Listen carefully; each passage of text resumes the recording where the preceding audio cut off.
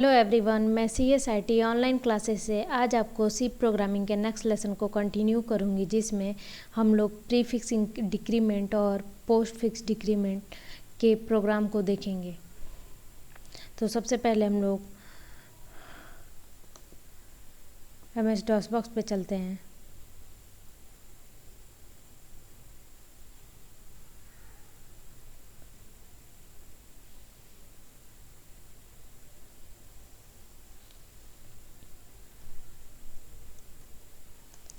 Has include syntax पहले लिख लेते हैं।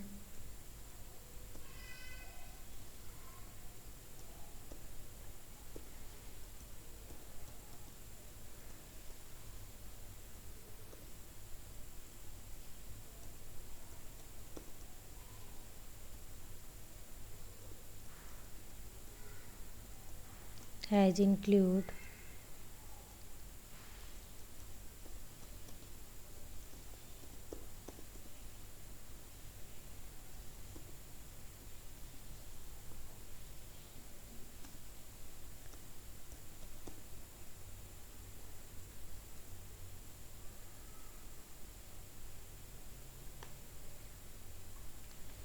तो हमने हेडर फाइल डिक्लेयर कर लिया। तो अब हम लोग लिखते हैं वार्ड मेन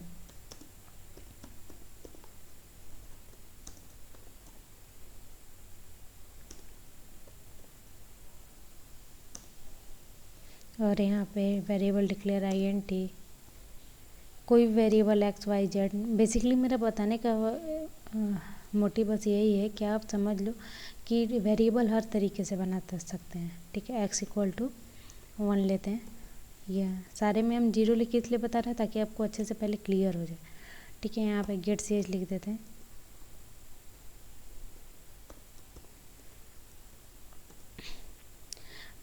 अब हम लोग डिक्रीमेंट का काम करते हैं। तो डिक्रीमेंट के लिए एटलीस्ट अगर यहाँ पे माइनस में आने लगेगा, ठीक है, तो 1 ले सकते हैं या 2 ले सकते हैं। ठीक है, क्योंकि हम लोग डिक्रीमेंट का प्रोग्राम बनाने जा रहे हैं। 0 पे भी लेके कर सकते हैं, कोई दिक्कत नहीं है। 0 पे भी हम करके दिखा देंगे। प्रिंट f, और यहाँ से हमने सबसे पहले यहाँ पे लिखा वैल्यू ऑफ y। ठीक है, यहाँ पे लिखे %d, कॉमा, और यहाँ पे y की वैल्यू प्रिंट करानी है हमें। तो सबसे पहले हम यहाँ पे लिखते हैं y = x plus plus x minus minus post fix decrement का प्रोग्राम देखते हैं। तो इसमें होगा कि x की वैल्यू क्या है, 2 है। 2 है तो पोस्ट फिक्स में क्या करता है, पहले साइन कर देता है, देन डिक्रीज कर देता है, यानी x की वैल्यू 1 हो जाएगी और y की वैल्यू 2। तो पहले प्रिंट करके देखते हैं।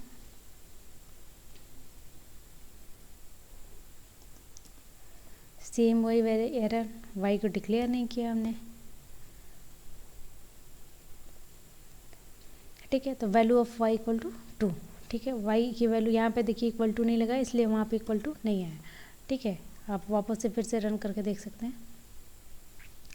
और ये देखिए CLR ACR नहीं लगाया, इसलिए पहली बार भी पहला आउटपुट भी दिखा रहा है, दूसरा वाला आउटपुट भी दिखा रहा है, मतलब दूसरी बार जो रन करा है वो भी दिखा रहा है। ठीक है, तो CLR ACR का यही काम होता है कि स्क्रीन को क्लियर कर देता है, मतलब प्रीवियस आउटपुट जो होता है या गार्बेज वैल्यू जो होती है वो सारी चीज़ें क्लियर होता है।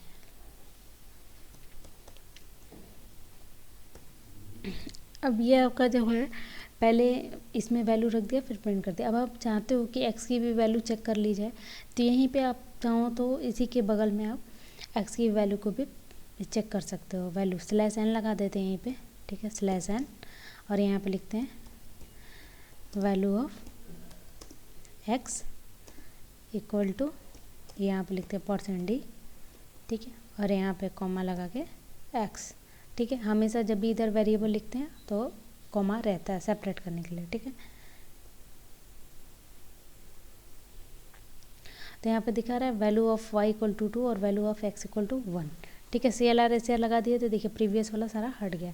ठीक, तो इसमें क्या है, हम इसी चीज़ को 2 लाइन में भी प्रिंट करा सकते हैं, 1 लाइन में भी प्रिंट करा सकते हैं। ठीक है, तो यहाँ पे काम कैसे किया, x की वैल्यू 2 है। अब हम यहाँ पे x की वैल्यू 2 को पहले असाइन कर दिया y में, फिर 1 घटा दिया। ठीक है, तो x की वैल्यू 1 हो गई। ओके, ये पोस्ट फिक्स डिक्रीमेंट था। अब इसी में हम प्रीफिक्स करके देखते हैं सेम प्रोग्राम में, ठीक है। तो प्रीफिक्स क्या करता है, पहले डिक्रीज़ करता है। तो y की वैल्यू यहाँ 1 होनी चाहिए और x की वैल्यू भी 1 होनी चाहिए। क्यों? क्योंकि x की वैल्यू 2 है, पहले घटाया तो 1 हो गया, तो x की वैल्यू भी 1 हो गई। और यहाँ पे असाइन भी पहले तो घटा के फिर असाइन करेगा, तो इसकी वैल्यू 1 हो गई, ठीक है। ठीक, अब हम लोग, ये हमारा डिक्रीमेंट का प्रोग्राम हो गया, डिक्रीमेंट, प्रीफिक्स डिक्रीमेंट और पोस्ट फिक्स डिक्रीमेंट। अब हम दोनों के मिक्स के प्रोग्राम को देखेंगे। मिक्स मतलब नेक्स्ट लेसन में हम लोग देखेंगे कि दोनों का मिक्स